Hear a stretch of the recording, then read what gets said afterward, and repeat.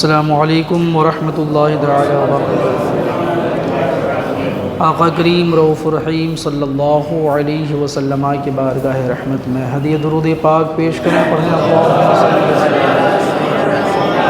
سیدنا و مولانا محمد المصطفیٰ صلی اللہ علیہ وسلم، صلاۃ و سلاما علیک یا رسول اللہ صلی اللہ تعالی علیہ وسلم۔ الحمد للہ الذی ابدع الافلاک والارضین والصلاة والسلام علی سید المرسلین وعلى آلہ الطیبین والطاہرین، اما بعد فاعوذ باللہ من الشیطان الرجیم، بسم اللہ الرحمن الرحیم۔ قال اللہ عز وجل فی القرآن المجید والفرقان الحمید، ان اللہ لا یغیر ما بقوم حتی یغیروا ما بانفسهم الى آخر، صدق اللہ مولانا العظیم۔ وبلغنا رسوله النبی الامین الکریم الرؤوف الرحیم، ونحن على ذلك لمن الشاہدین والشاکرین، والحمد للہ رب العالمین۔ رسول محترم علیہ السلام کی بارگاہ رحمت میں پھر ایک بار ہدیہ درود پاک و اللہم صلی علی سیدنا و مولانا محمد المصطفیٰ صلی اللہ علیہ وسلم، صلاۃ و سلاما علیک یا رسول اللہ صلی اللہ تعالی علیہ وسلم۔ ڈاکٹر اقبال نے کہا ہے کہ نہ سمجھو گے تو مٹ جاؤ گے اے ہندی مسلمانوں، نہ سمجھو گے تو مٹ جاؤ گے اے ہندی مسلمانوں، تمہاری داستاں تک بھی نہ ہوگی داستانوں میں، تمہاری داستاں تک بھی نہ ہوگی داستانوں میں۔ رب قدیر و جبار محبوب پاک علیہ الصلاۃ والتسلیم کے توسط سے فرماتا ہے، ان اللہ یغیر ما بانفسہم، ان اللہ لا یغیر ما بقوم، بے شک اللہ تبارک و تعالی کسی قوم کی حالت نہیں بدلتا ہے جب تک کہ وہ خود اپنی حالت نہ بدلے۔ کسی تناظر میں کسی کہنے والے نے کہا ہے کہ خدا نے آج تک اس قوم کی حالت نہیں بدلی، خدا نے آج تک اس قوم کی حالت نہیں بدلی، نہ ہو جس کو خیال اپنی حالت کے بدلنے کی۔ آج پوری دنیا میں اہل ایمان، اہل اسلام، اللہ اس کے رسول صلی اللہ تعالی علیہ وسلم پر ایمان رکھنے والے کئی طرح کے مصائب و آلام میں گھرے ہوئے ہیں۔ ہم بھارت کے مسلمان بھی کئی طرح کی پریشانیوں سے جھوجھ رہے ہیں، کئی طرح کے پریشانیوں سے دوچار ہیں، اور رب قدیر و جبار فرماتا ہے کہ اللہ تبارک و تعالی اس قوم کی حالت نہیں بدلتا۔ جب ہم اپنی تاریخ پڑھتے ہیں، اپنا ماضی جب ہم پڑھتے ہیں،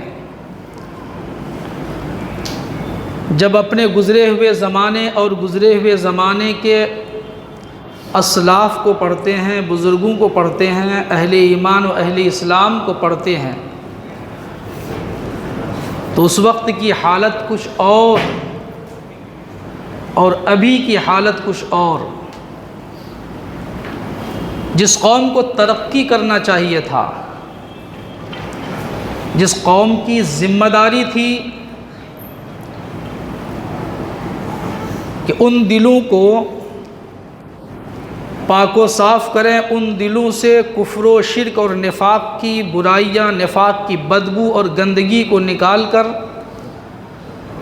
توحید و رسالت کی خوشبو اور توحید و رسالت کا قلعہ قائم کریں،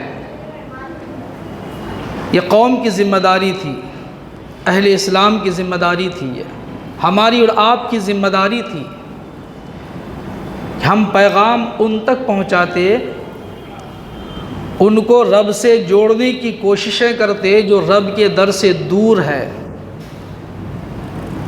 رب کی یادوں سے جو دل ویران ہے، غافل ہے۔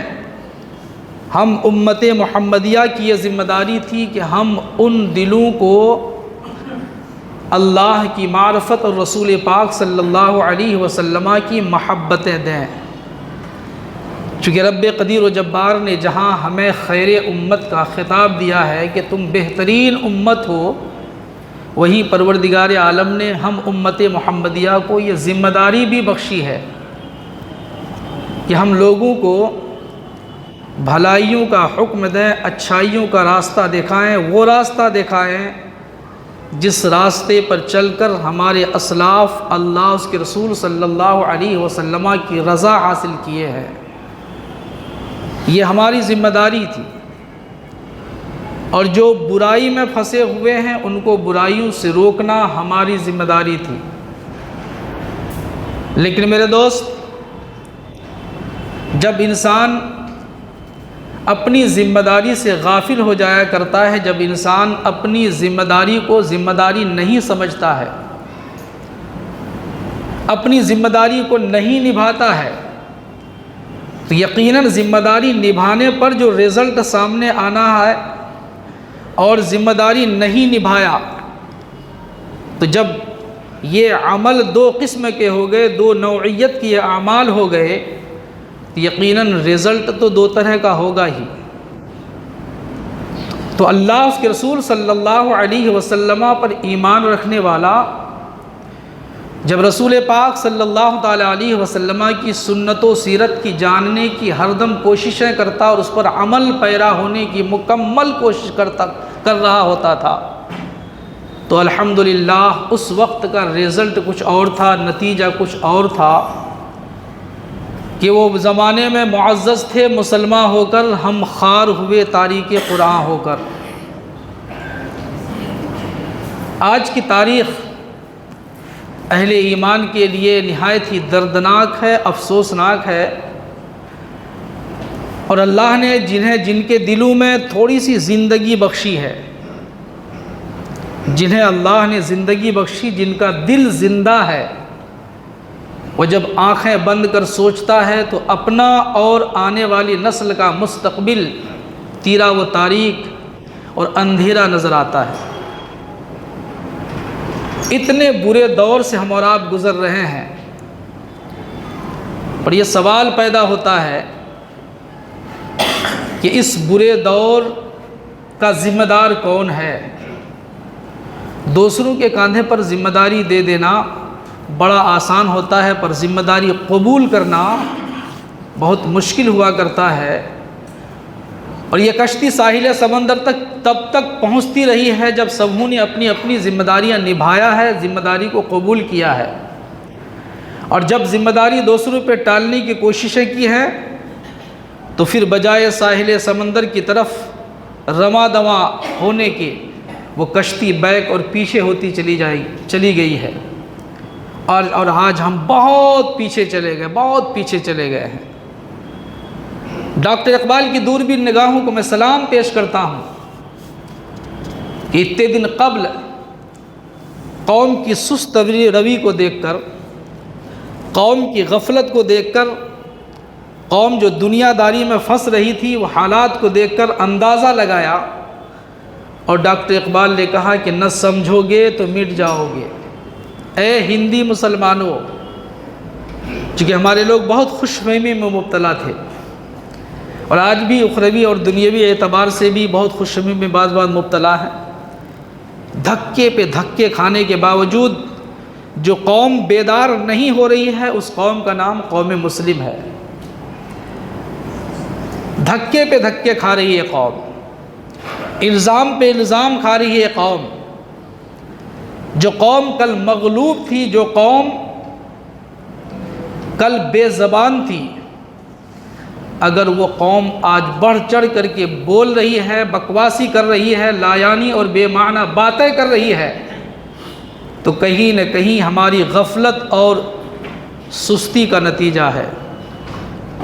چونکہ اللہ نے محبوب پاک صلی اللہ علیہ وسلم کی رأفت و رحمت کے صدقے خوبصورت زبان ہمیں عطا فرمایا تھا، بولنے کا سلیقہ ہمیں دیا تھا، کب کہاں بولنا ہے وہ تمام تر تھیوریز و تمام تر قواعد اور ضوابط ہمیں اللہ تعالیٰ نے اپنے محبوب صلی اللہ علیہ وسلم کی رأفت و رحمت کے صدقے عطا فرمایا تھا۔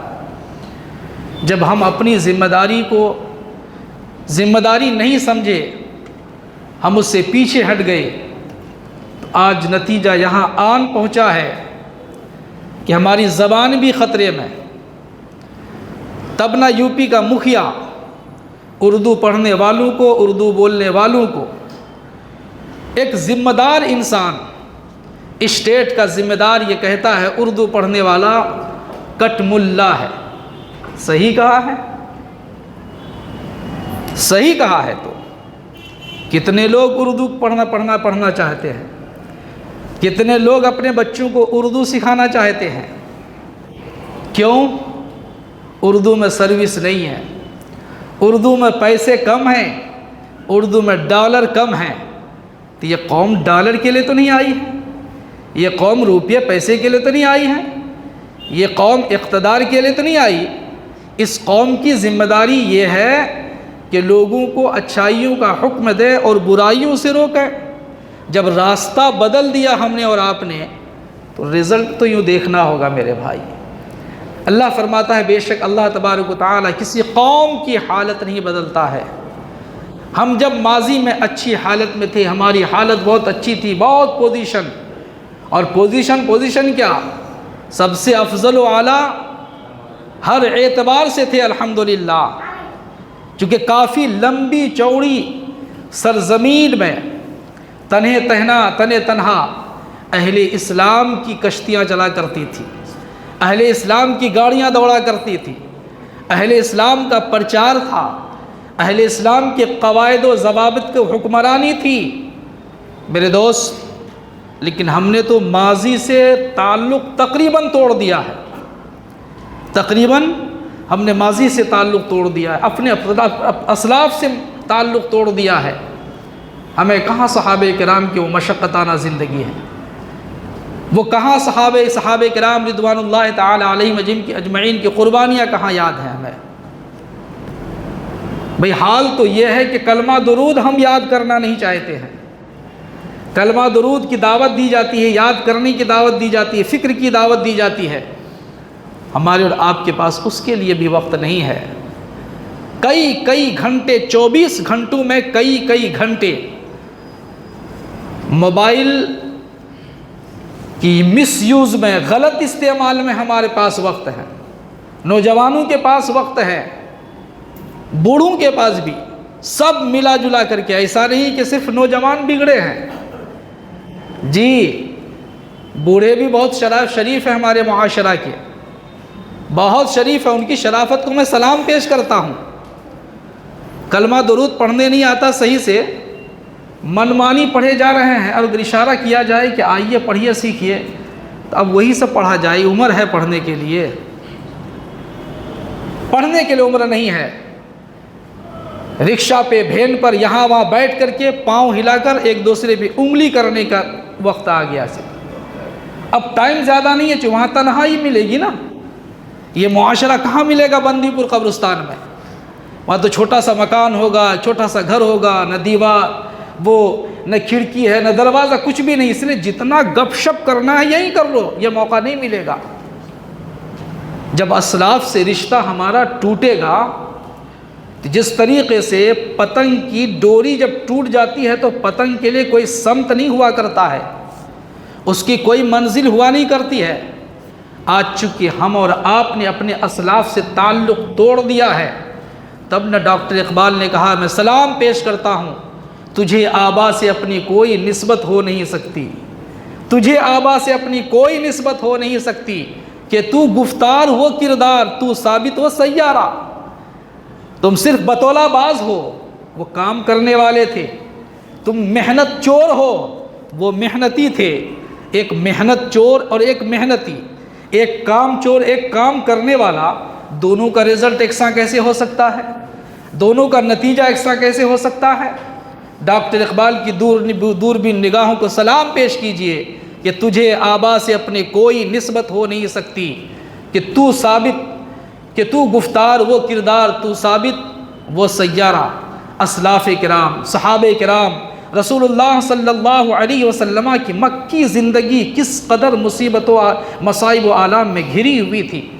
پیغام حق پیش کرنے پر آقا کریم صلی اللہ علیہ وسلم پہ پتھر برسائے، ظالموں نے ظلم کی انتہا کر دی، جو رسول پاک صلی اللہ علیہ وسلم کے ممبر بنے، رسول اللہ کی مشن کے ممبر بنے، انہیں دین حق سے پھرانے کے لیے کیا کوشش نہیں کیا ظالموں نے، کیا کوشش نہیں کیا توحید و رسالت کے منکروں نے، کیا کوشش نہیں کیا مکہ کے کفار و مشرکین نے کہ تم پھر جاؤ۔ کبھی تپتی ہوئی ریت پہ سلا دیا جاتا ہے، کبھی ہاتھ اور پاؤں میں لوہے کے کیل ٹھونک دیے جاتے ہیں، پھر کبھی گرم سیل اور گرم پتھر سینے پہ ڈال دیے جاتے ہیں۔ وہ تاریخ ہمیں کہاں یاد ہے؟ ہمارا کہاں تعلق اس تاریخ سے ہے؟ تاریخ کے اس خوبصورت اور روشن حصہ ہماری زندگی میں کہاں ہے؟ ہماری زندگی میں ہی ہے کہ کون کتنا رن بنا رہا ہے، ہماری زندگی میں، نوجوانوں کی زندگی میں ہے کہ 2024 کا سب سے زیادہ چلنے والا فلم کون سا ہے، اس کا کون ڈائریکٹر ہے، کون کیا ہے۔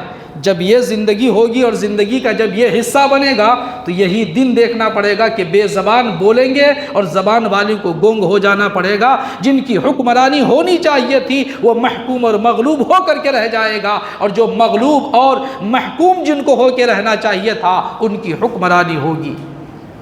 تعلق ختم ہو گیا۔ اپنے اسلاف کو پڑھنے کے لیے کوئی تیار ہے، ٹائم ہی نہیں ملتا ہے پڑھنے کے لیے، اور پڑھ کے کرے گا کیا؟ بھائی جمعہ حاضری ہو گئی، پھر عید بقرعید میں تو پھر حاضری ہوتی ہی ہے۔ وضو بنانے کا طریقہ نہیں، پاکی حاصل کرنے کا طریقہ نہیں، پتہ نہیں کہ غسل میں کتنے فرائض ہیں۔ اگر غسل فرض ہو جائے تو ہم کیسے غسل کریں گے؟ غسل میں 3 فرائض ہیں کہ 300 فرائض ہیں؟ پیر کی طرف پانی ڈالنا ہوگا کہ سر سے پانی ڈالنا ہوگا؟ کسی چیز کا علم نہیں۔ کپڑے نئے ہونا چاہیے، چلے گئے عید بقرعید کے لیے، اور خوشیاں منا رہے ہیں عید اور بقرعید کی۔ میرے دوست، اپنے آپ میں بدلاؤ لانا پڑے گا، اصحاب سے جوڑنا ہوگا اپنی زندگی کو، رسول اللہ صلی اللہ علیہ وسلم کی مکی زندگی کو پڑھنا ہوگا، اصحاب کرام کی قربانیوں کو پڑھنا ہوگا، آل نبی کی قربانیوں کو پڑھنا ہوگا، ابھی کے نہیں اس دور کے پڑھنا ہوگا۔ کتنی مشقتیں اور کتنی قربانیاں پیش کیا ہے تبلیغ حق کے لیے، پیغام حق دوسروں تک پہنچانے کے لیے، اعلاء کلمۃ الحق دوسروں تک پہنچانے کے لیے، ان دلوں میں اسلام کی روشنی پہنچانے کے لیے جن دلوں میں کفر کی گندگی تھی، نفاق کی گندگی تھی، شرک کی گندگی تھی، ان گندگی کو نکال کر اسلام کی روشنی پہنچانے کے لیے، اسلام کی روشنی ڈالنے کے لیے، اسلام کا دیا جلانے کے لیے کتنی قربانیاں پیش کی۔ ہمیں اس سے تعلق جوڑنا ہوگا، اس سے بھی تعلق ہمارا تقریباً ان کی تاریخ سے، اور کہیں کہیں کبھی کبھی ہے تو صرف نام ہی ہے۔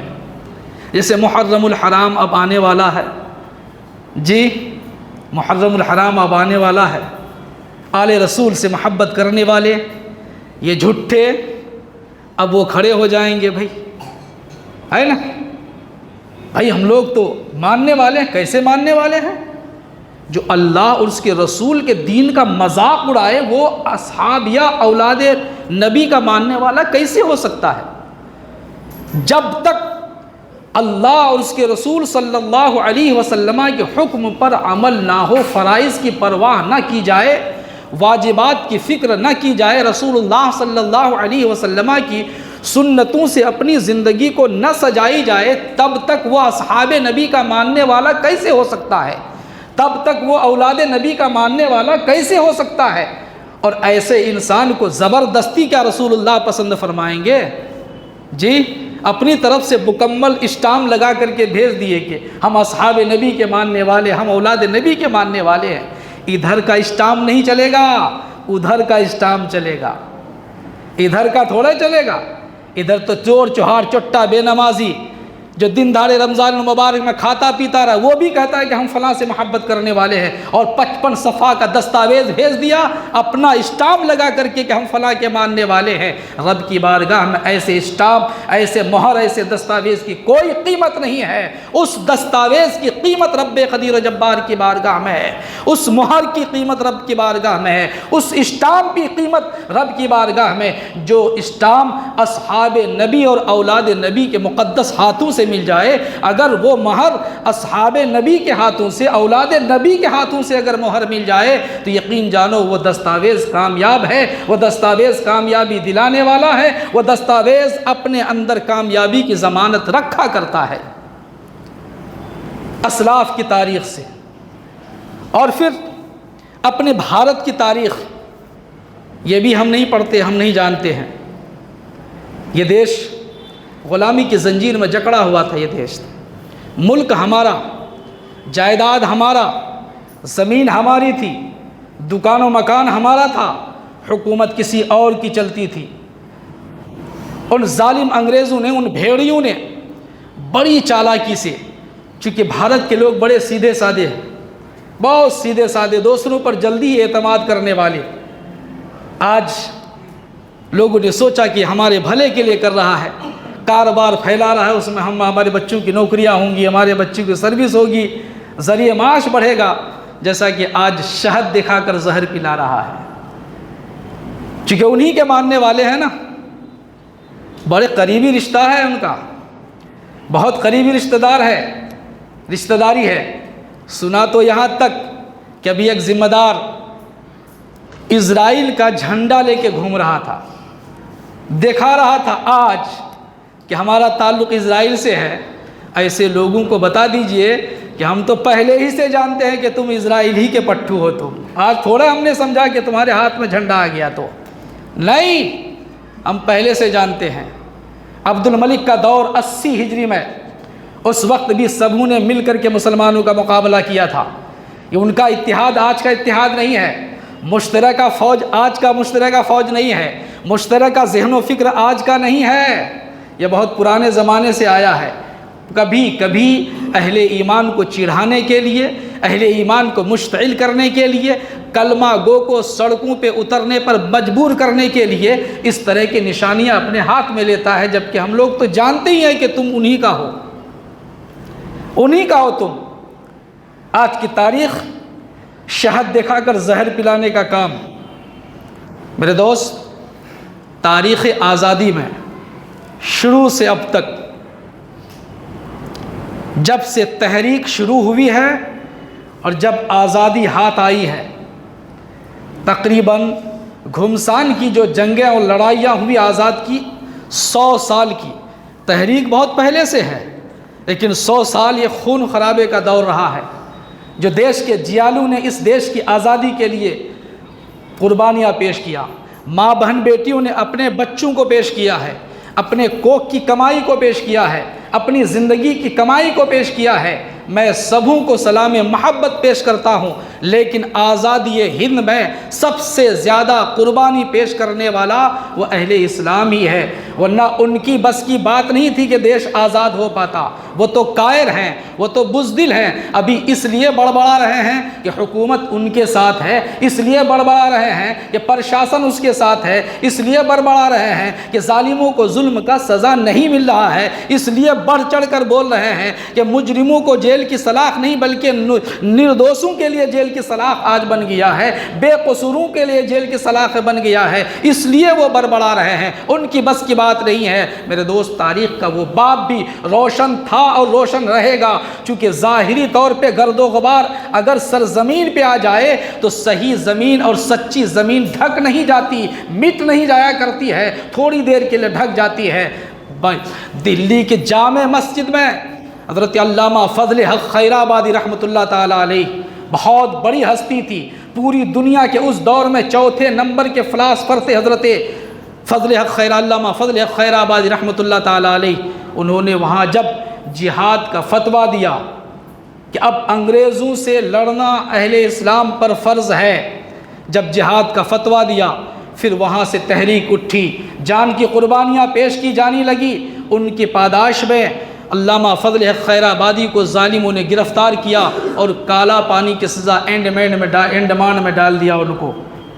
نکاح تو کمزوری ہے، کھانے نہیں دیا جا رہا ہے، ہر طرح کی تکالیف ہے، جانور ہے، چیونٹی ہے، کھٹمل ہے، تمام چیزیں وہاں ہیں، صرف رات و دن آرام نام کی کوئی چیز نہیں ہے۔ جب کمزوری اتنی آ چکی کہ علامہ فضل حق خیر آبادی رحمۃ اللہ تعالیٰ علیہ لیٹے ہیں تو اب بیٹھنے کی شکتی نہیں ہے، اتنے کمزور ہو گئے ہیں۔ اس وقت ایک انگریز کا پٹھو جا کر کے کہتا ہے، انگریز کا ایک غلام یہ کہتا ہے کہ آپ نے جو فتویٰ دیا ہے آج بھی کہہ دیجئے، صرف میں اپنے فتوے کو واپس لیتا ہوں۔ جب یہ آواز علامہ فضل حق خیر آبادی رحمۃ اللہ تعالیٰ علیہ کے کان مبارک تک پہنچتی ہے، آواز کہاں سے جوش آتا ہے، کہاں سے ولولہ آیا کرتا ہے۔ جو ہلنے کی شکتی نہیں رکھا کرتے تھے، جن میں بیٹھنے کی طاقت نہیں تھی، جب یہ آواز آئی کہ آج صرف اپنی زبان سے آپ کہہ دیجئے کہ میں فتویٰ واپس لیتا ہوں، آپ کے لیے رہائی ہے، آپ کے لیے نجات ہے، آج ہی آپ کالے پانی سے واپس کر دیے جائیں گے۔ علامہ فضل خیر آبادی رحمۃ اللہ تعالیٰ علیہ جوش و جذبے کے ساتھ بیٹھ جاتے ہیں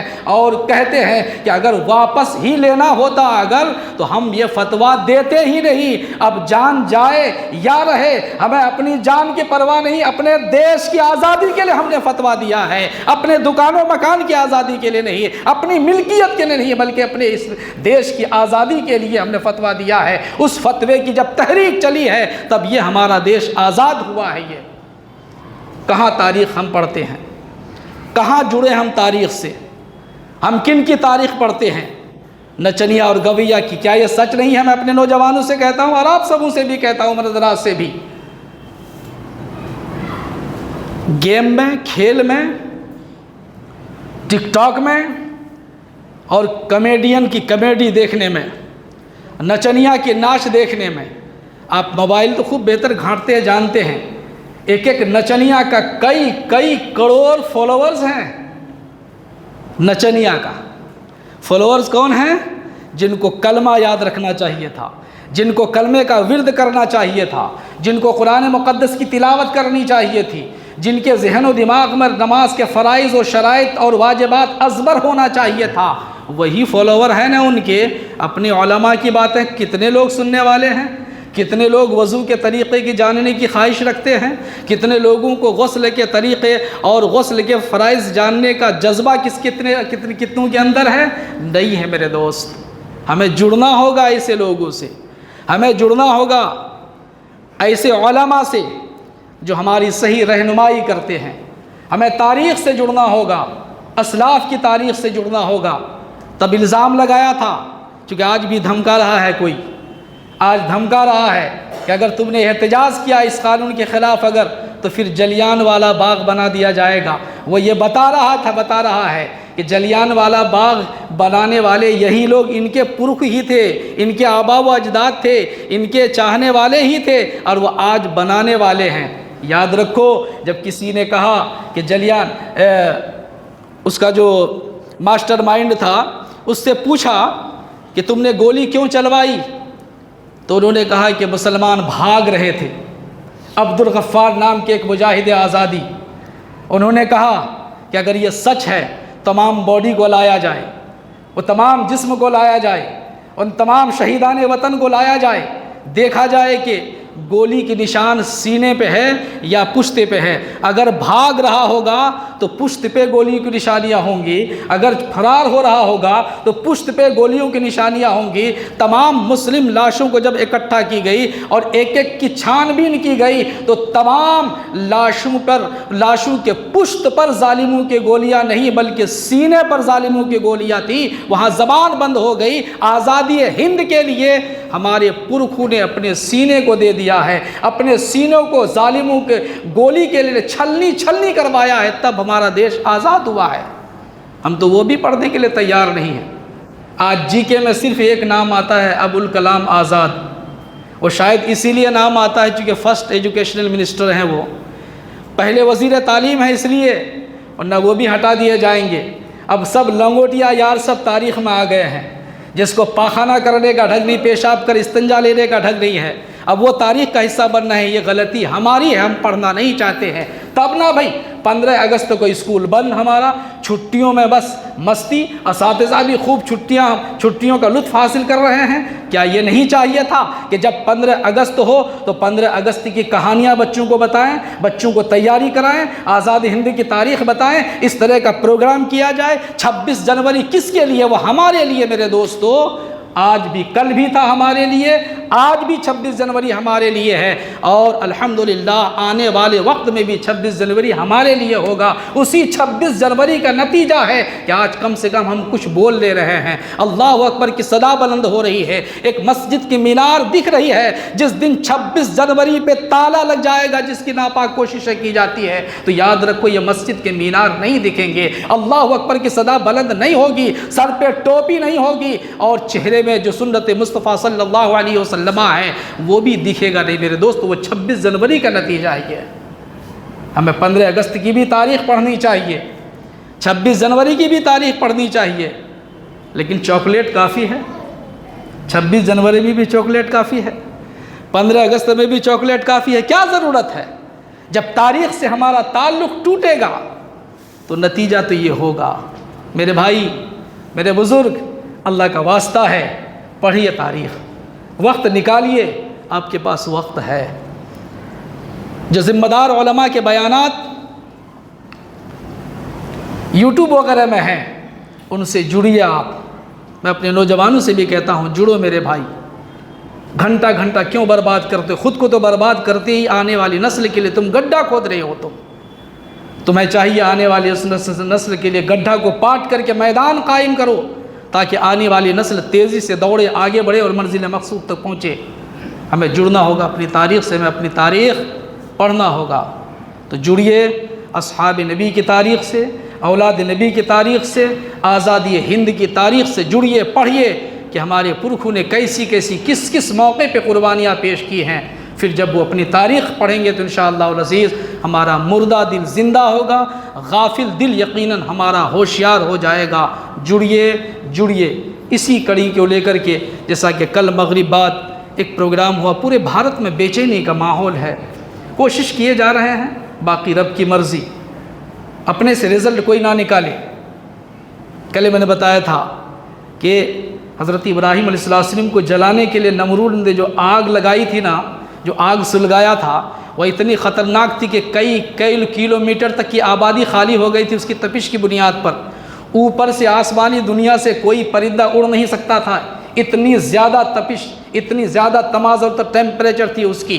اس آگ کو بجھانے کے لیے ایک میڈک کہیں تالاب سے، کہیں جھیل سے اپنے منہ میں پانی لے کے آ رہا۔ پوچھا کسی نے، کہاں جا رہے ہو؟ ابراہیم خلیل اللہ کے لیے نمرود نے، اب ابراہیم خلیل اللہ کو جلانے کے لیے نمرود نے آگ لگایا ہے، اس آگ کو بجھانے کے لیے میں جا رہا ہوں۔ کہنے والے نے کہا تھا کہ تمہارے منہ کا پانی اور نمرود کی لگائی ہوئی آگ، تو اس وقت میڈک نے کہا تھا کہ اگرچہ میرے پانی سے، منہ کے پانی سے آگ نہیں بجھے گی، لیکن رب تبارک و تعالیٰ کی بارگاہ میں تو یہ کہوں گا نا کہ پروردگار عالم، جب نمرود تیرے خاص بندے، محبوب بندے حضرت ابراہیم علیہ السلام کو جلانے کے لیے آگ سلگایا تھا، تو اس آگ کو بجھانے کی ہم نے کوشش کیا تھا۔ یہ پروردگار عالم، کم سے کم یہ نیت تو کریں کہ وہ ظالم بدلے نہ بدلے، ترمیم کرے نہ کرے، کم سے کم نیک نیت کے ساتھ ہم پرامن طریقے سے احتجاج کریں، اپنی آواز حق کو بلند کریں، اپنے حقوق کی بازیابی کے لیے کوشش کریں، تاکہ رب تبارک و تعالیٰ کی بارگاہ میں کہنے کے لیے کچھ تو موقع ملے گا نا کہ پروردگار عالم، ہم تیرے بندوں نے بھی اپنے اسلاف کے اوقاف کی حفاظت کے لیے، اپنے اسلاف کے دیے ہوئے مزارات اور اپنے اسلاف کے مساجد و مدارس کی حفاظت کے لیے ہم نے بھی انفرادی و اجتماعی کوشش کیا تھا۔ پروردگار عالم، یہ سب کچھ حاضر ہے، کم سے کم کہنے کو تو ملے گا کم سے کم۔ اسی سلسلے کی دوسری کڑی اپنے ٹیٹاگڑھ میں انشاءاللہ العزیز اسی 14 تاریخ کو، یہ سامنے 14 تاریخ یہی بالو ماٹ میں انشاءاللہ مغرب کے بعد 1 سے 1.5 گھنٹے کا پروگرام ہوگا۔ اب دیکھنا ہے کہ کتنے لوگ اس میں شریک ہو رہے ہیں، کتنے لوگوں کو فرصت ملتی ہے، نہیں ملتی۔ فرصت تو ملے گی، ایسی فرصت ملے گی نا کہ سارا کام کا سارا دستاویز بن جائے گا، فرصت ملے گی۔ اپنی بیداری درج کرائیے، اپنی ہوشیاری درج کرائیے، آواز حق بلند کیجئے اور پرامن طریقے سے اپنے حقوق کی بازیابی کی آواز اٹھائیے۔ یہ ہمارا حق ہے، ہمارا سنویدھان ہمیں اس کا حق دیتا ہے۔ اللہ پاک اپنے محبوب صلی اللہ علیہ وسلم کی رأفت و رحمت کے صدقے ہم تمام اہل ایمان، مرد و عورت، بچے بوڑھوں کو اپنے اسلاف کی تاریخ پڑھنے کی توفیق سعید بخشے۔